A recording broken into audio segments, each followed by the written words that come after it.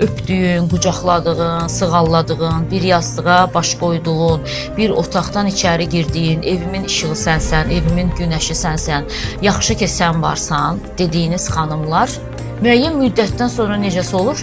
Əxlaqsız qadın olurlar. Və zamanla fikriniz dəyişir. Keçmişdə yenə də deyirəm, bağrına bastığınız qadınlarla bağlı. Bunu bir neçə dəfə demişəm, yenə də deyirəm. Heç bir qadın öz-özünə əxlaqsız olmur. Qadın bugün əxlaqsızdırsa, demək ki, onu əxlaqsız edən kişi var. Heç bir qadın zorla gedib hansısa kişini evindən çıxarmır. Hansısa kişini zorla harasa aparmır ki, səninlə bir münasibətdə olmaq istəyirəm. Zorla gedirsinizsə, demək ki, siz zəifsiz. Və heç bir qadın öz-özünü əxlaqsız eləyə bilmir.